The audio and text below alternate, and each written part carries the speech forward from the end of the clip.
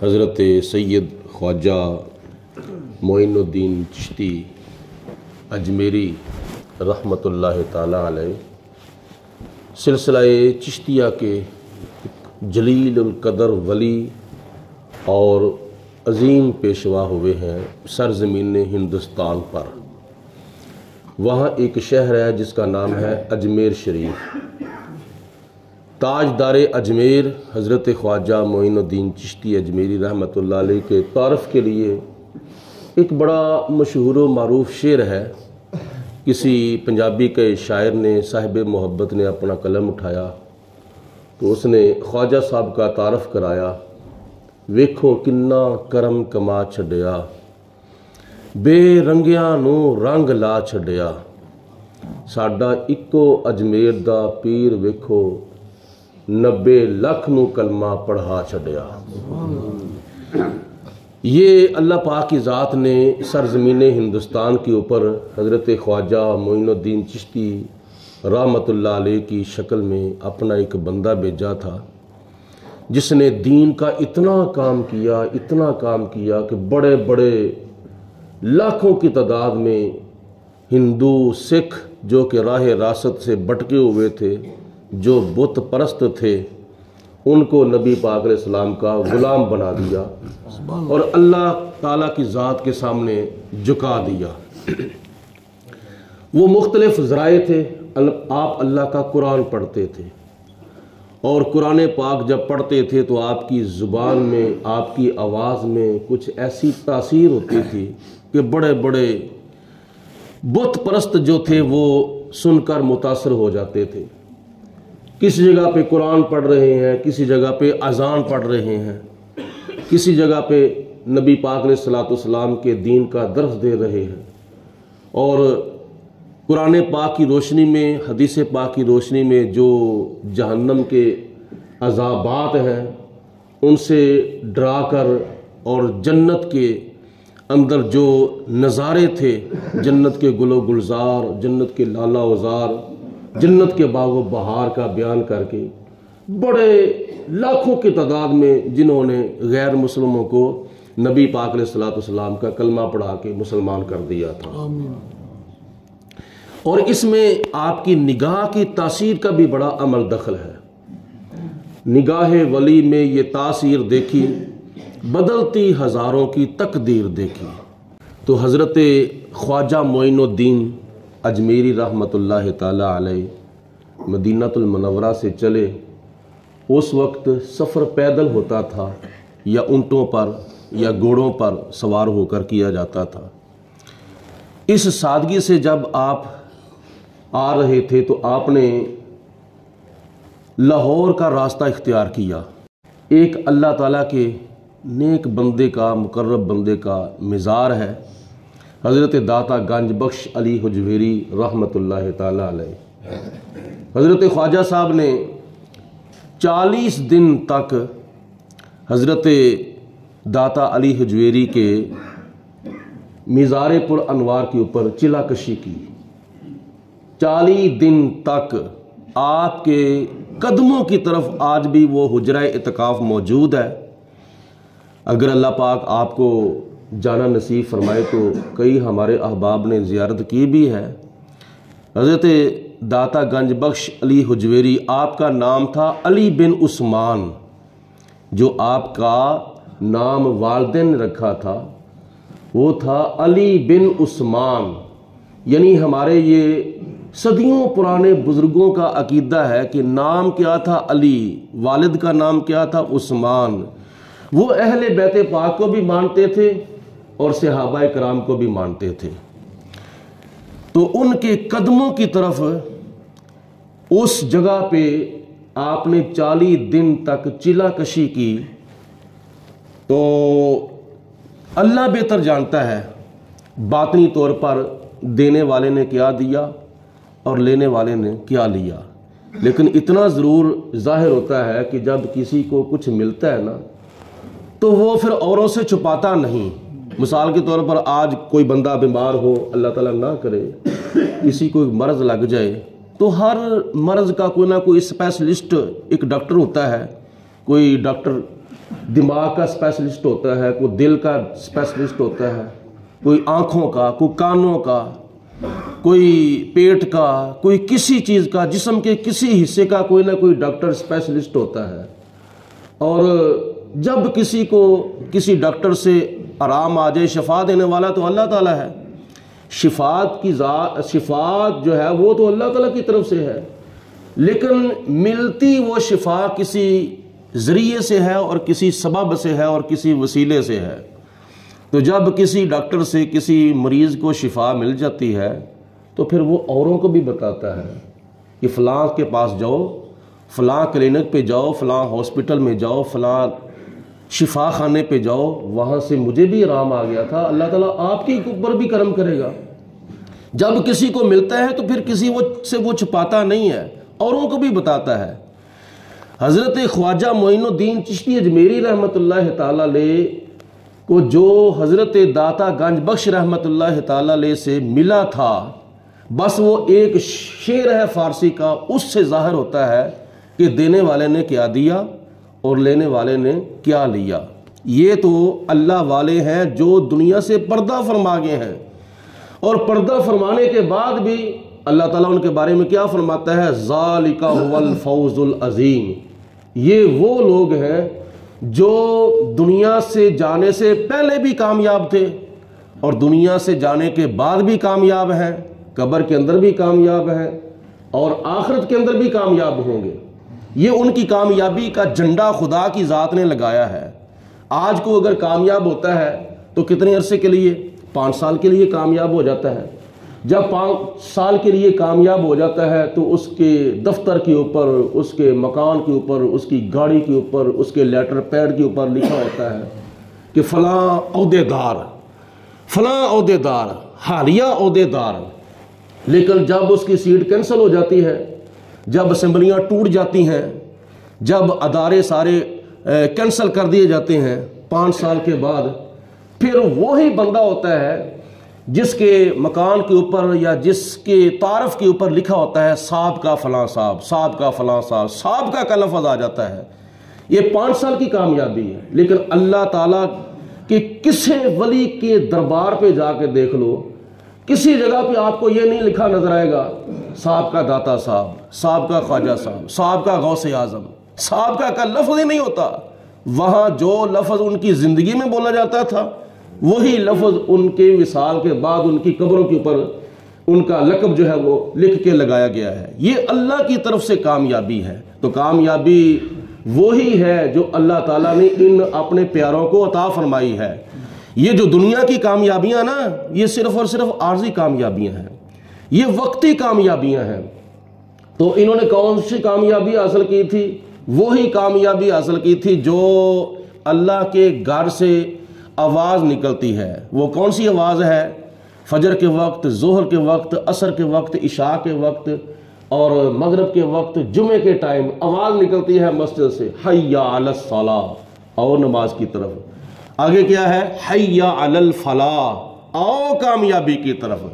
کامیابی تو بندوں کو خود آواز دیتی ہے کہ میں تو ادھر ہوں، تو کون سی کامیابی کی طرف چلا جاتا ہے؟ کون سی کامیابی ڈھونڈ رہا ہے؟ لاکھوں نہیں بلکہ کروڑوں روپیہ لگا کے تو کامیابی حاصل کر رہا ہے۔ لاکھوں نہیں بلکہ کروڑوں روپیہ لگا کر تو کامیابی حاصل کر رہا ہے۔ حقیقت میں جو کامیابی ہے اور جو مستقل کامیابی ہے، جو دائمی کامیابی ہے، جو ہمیشہ کی کامیابی ہے، وہ تو ادھر ہے اللہ تعالیٰ کے گھر میں۔ میں تو ادھر ہوں، مجھے آ کے ادھر مل۔ تو کون سی کامیابی کی طرف چلا جاتا ہے؟ تو اس لیے ان لوگوں نے وہ کامیابیاں حاصل کی ہیں، اور وہ کامیابیاں حاصل کرنے کے بعد پھر قبر میں بھی جا کے اپنی قبر کے اوپر آنے والوں کو خالی نہیں وہ موڑتے بلکہ جولیاں بھر کے بھیجتے ہیں۔ اور کیا جولی بھر کے بھیجی حضرت خواجہ صاحب کی داتا صاحب نے؟ وہ 40 دن جب پورے ہو گئے 40 دن جب پورے ہو گئے تو پھر حضرت خواجہ معین الدین چشتی اجمیری نے دیکھا کہ مجھے کیا ملا ہے اور میں اوروں کو بھی بتاؤں۔ وہ کیا تھا؟ وہ آج بھی شعر حضرت خواجہ صاحب کا فارسی کے اندر لکھا ہوا داتا صاحب کے مزار کے اوپر نظر آ رہا ہے۔ گنج بخش فیض عالم مظہر نور خدا، نا کہ سارا پیر کامل کامل آرا رہنما۔ یہ حضرت داتا صاحب رحمۃ اللہ تعالی علیہ کا فیض ہے جو جناب خواجہ معین الدین چشتی اجمیری کو ملا باطنی طور پر، علمی طور پر، روحانی طور پر، تو اس کا پھر ظہور کیسے ہوا تھا؟ اس فیض کا ظہور ہندوستان کی سرزمین کے اوپر اجمیر شہر کے اندر مختلف مقامات پر ہوا۔ جب آپ نگاہ کرتے ہیں تو نتیجہ کیا نکلتا ہے؟ نگاہ ولی میں یہ تاثیر دیکھی، بدلتی ہزاروں کی تقدیر دیکھی۔ یہ داتا صاحب کے فیض کا ظہور کیسے ہوا؟ دیکھو کنا کرم کما چھڑیا، بے رنگیاں نو رنگ لا چھڑیا، ساڈا اکو اجمیر دا پیر ویکھو 90 لاکھ نو کلمہ پڑھا چھڑیا۔ بندہ بیٹھا ہوا ہے جس کا نام ہے مرزا محمد علی انجینئر۔ وہ اپنے آپ کو بڑا پڑھا لکھا اور بڑا محقق تصور کرتا ہے اور بڑے لیکچر دے رہا ہے، اور کئی اس کے فالورز بھی ہیں۔ اور اس نے ایک اعتراض پچھلے چند سالوں سے اٹھایا ہوا ہے حضرت خواجہ معین الدین چشتی اجمیری رحمۃ اللہ تعالی علیہ پر۔ وہ یہ ہشت بہشت ایک کتاب کا سہارا لے رہا ہے۔ کہتا ہے کہ دیکھو تمہاری کتاب کے اندر لکھا ہوا ہے، کیا لکھا ہوا ہے؟ وہ کہتا ہے کہ حضرت خواجہ معین الدین چشتی اجمیری کے پاس ایک بندہ آیا اور اس نے آ کر کہا کہ مجھے اپنا بیعت کر لے، میں تمہارا مرید ہونا چاہتا ہوں۔ تو وہ کہتا ہے کہ تمہارے خواجہ معین الدین چشتی میں اجمیری نے آگے سے کہا کہ اگر تو میرا مرید ہونا چاہتا ہے تو پہلے پڑھ لا الہ الا اللہ چشتی رسول اللہ استغفر اللہ توبہ توبہ توبہ۔ دیکھو نا آج پوری دنیا کے اندر مسلمانوں کا کلمہ کیا ہے؟ پڑھ کے سنائیں ذرا کو، لا الہ الا اللہ محمد الرسول اللہ۔ توجہ ذرا، بات ذرا توجہ سے آپ نے سننی ہے۔ اور بڑا عجیب و غریب اعتراض ہے اور اس کا جواب بھی بڑا دلچسپ ہے۔ وہ کہتے ہیں کہ تمہارے خواجہ نے یہ کلمہ اس کو پڑھایا کہ میرے نام کا کلمہ پڑھ چشتی رسول اللہ، حالانکہ مسلمان کا ایک چھوٹا سا بچہ جو ہے نا وہ بھی تصور بھی نہیں کر سکتا کہ میں لا الہ الا اللہ محمد رسول اللہ کے بجائے کوئی اور کلمہ پڑھوں۔ ہم یہ تصور بھی نہیں کر سکتے۔ ہمارا بچہ اہل سنت و جماعت کا بچہ لا الہ الا اللہ محمد رسول اللہ پڑھتا ہے، کسی اور کے نام کا کلمہ نہیں پڑھتا۔ آج بھی پوری دنیا کے اندر ہمارا چیلنج ہے، اہل سنت و جماعت کی طرف سے اس کو چیلنج ہے، کوئی بندہ پوری دنیا میں سے 200 کچھ ممالک ہیں پوری دنیا میں، ان میں سے کم از کم 1.25 یا 2 ارب مسلمان ہیں جو کلمہ نبی پاک علیہ السلام کا پڑھتے ہیں۔ ان میں سے کوئی مسلمان ایسا ثابت کر دے کہ جو لا الہ الا اللہ محمد رسول اللہ کی بجائے چشتی رسول اللہ پڑھتا ہو، کسی کو آپ نے آج تک دیکھا بھی نہیں ہے، سنا بھی نہیں ہے۔ لہٰذا ہم نبی پاک علیہ السلام کی ختم نبوت کے اوپر مکمل طور پر ایمان رکھتے ہیں۔ ہمارا اہل سنت و جماعت کا یہ عقیدہ ہے کہ جس طرح خدا کو ایک ماننا ہمارے لیے فرض ہے، اسی طرح نبی پاک علیہ السلام کو آخری نبی اور آخری رسول ماننا ہمارے لیے فرض ہے۔ جو اس فرض کا قائل نہیں، ہم اس کو مسلمان ہی نہیں مانتے۔ ہم مرزیوں کو کافر کیوں کہتے ہیں؟ ہم قادیانیوں کو مرزیوں کو کافر کیوں کہتے ہیں؟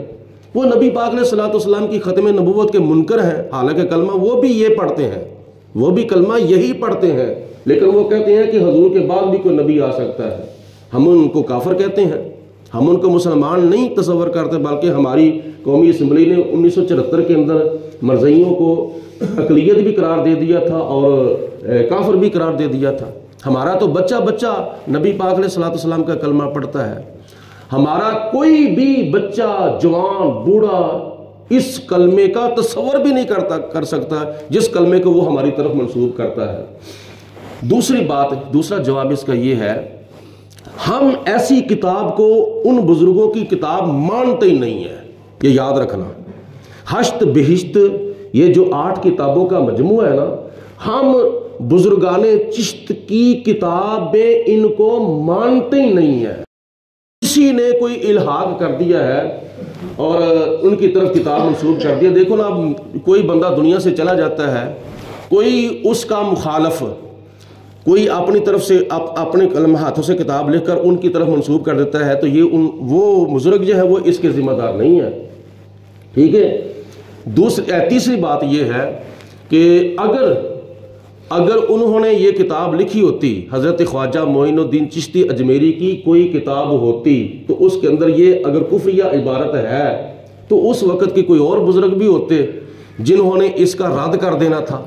رد بھی آج تک 800 سال پہلے تقریباً یہ خواجہ معین الدین چشتی اجمیری بزرگ ہوئے ہیں، ان کے دور کے کسی اور بزرگ نے اس کتاب کا رد نہیں کیا، اور نہ ہی رد مل رہا ہے۔ مثال کے طور پر حضور علیہ الصلوۃ والسلام کے زمانے میں کوئی کافر اعتراض کرتا تھا، کوئی کافر نبی پاک علیہ السلام کی توہین کرتا تھا، تو اللہ تعالیٰ فوراً لامکان سے اس کا رد جو تھا وہ حضرت جبریل علیہ السلام کے ہاتھ بھیج دیتا تھا، اس کا منہ توڑ جواب ملتا تھا۔ جیسے کہ وہ ابو لہب نے حضور علیہ السلام کا اعلان نبوت سن کر کہا تھا کہ تیرا ہاتھ ٹوٹ جائے، تو فوراً خدا تعالیٰ نے فرمایا تبت یدا ابی لہب و تب، ابو لہب تو نے میرے نبی کا ایک ہاتھ کا ہے ٹوٹ جائے، میں خدا ہو کے کہتا ہوں جا تیرے دونوں ہی ٹوٹ جائے، فوراً رد آ گیا۔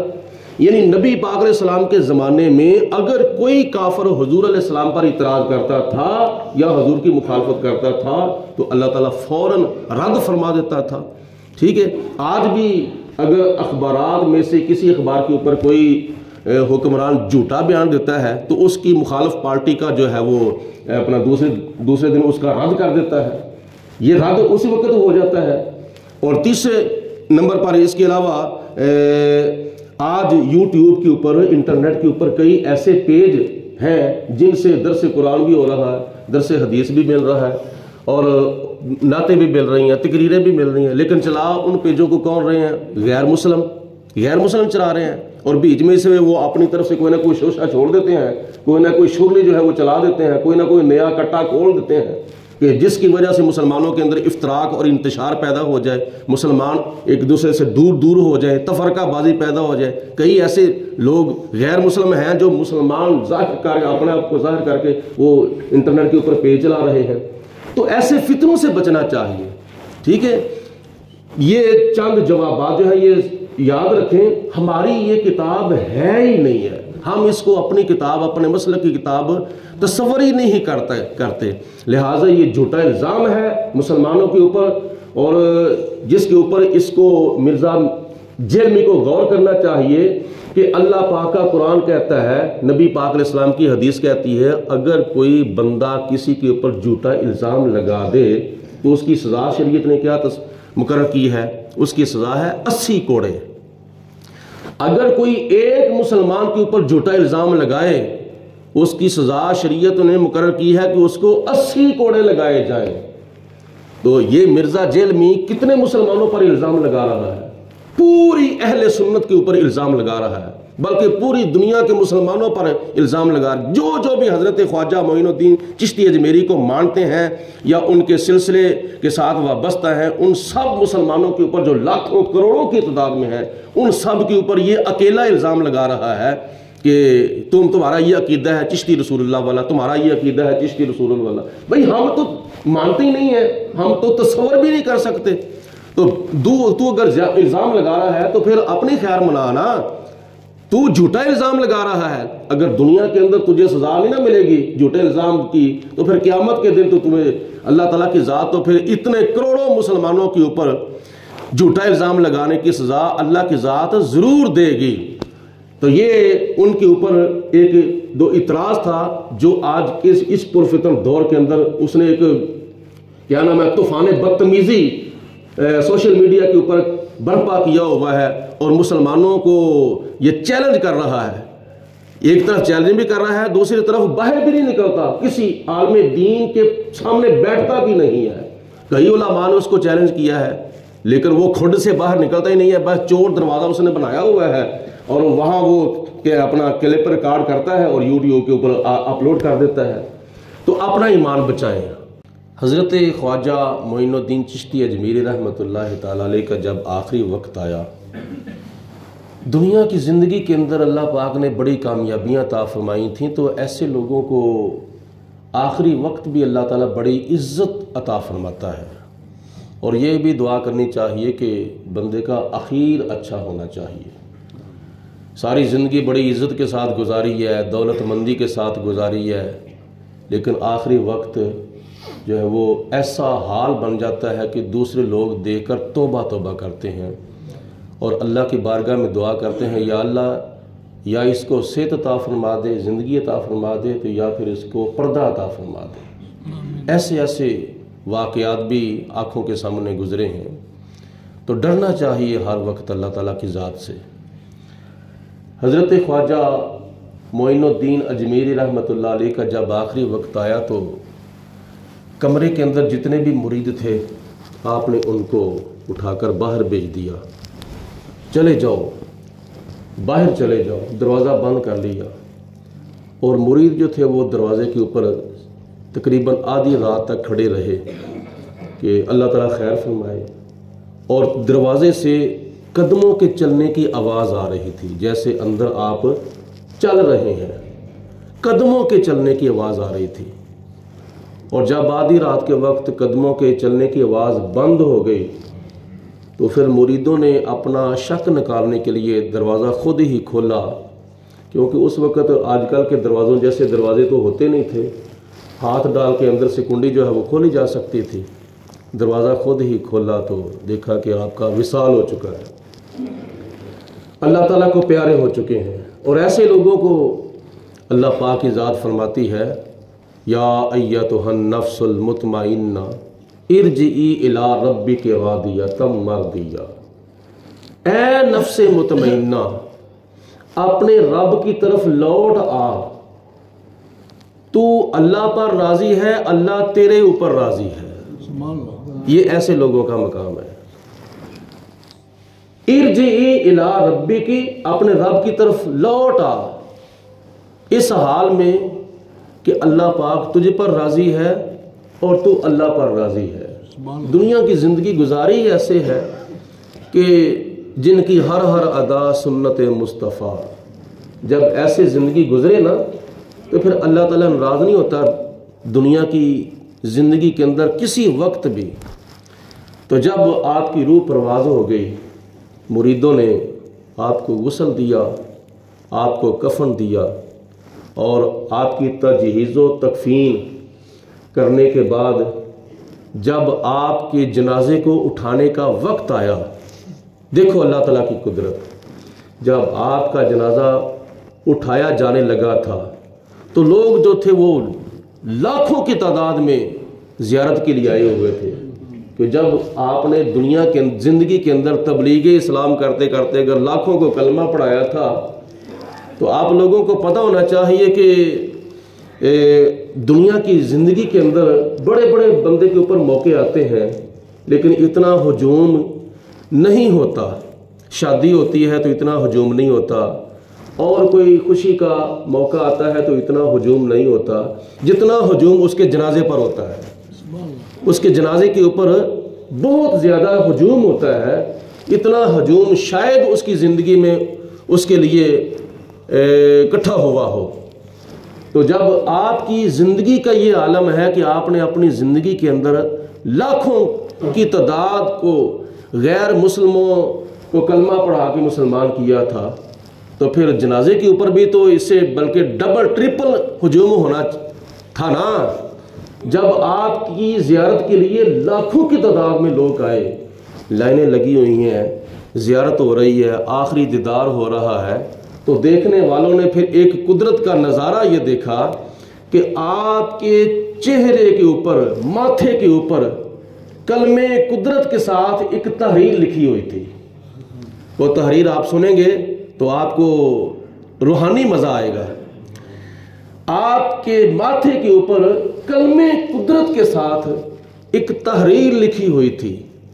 کبھی کبھی ایسا ہوتا ہے، ہمارے حضور قبلہ عالم الحاج پیر مفتی ابو داؤد محمد صادق صاحب قادری رضوی رحمۃ اللہ تعالی علیہ، آپ کے جب آخری ایام تھے نا، آپ کے جب آخری ایام تھے تو کئی لوگ آپ کی زیارت کے لیے آتے تھے، حضور قبلہ حاجی صاحب کی زیارت کے لیے کئی لوگ دور دراز سے آتے تھے، پر دیکھنے والوں نے دیکھا، میں نے خود بھی زیارت کی، کہ آپ کے دائیں رخسار کے اوپر لفظ محمد لکھا ہوا تھا۔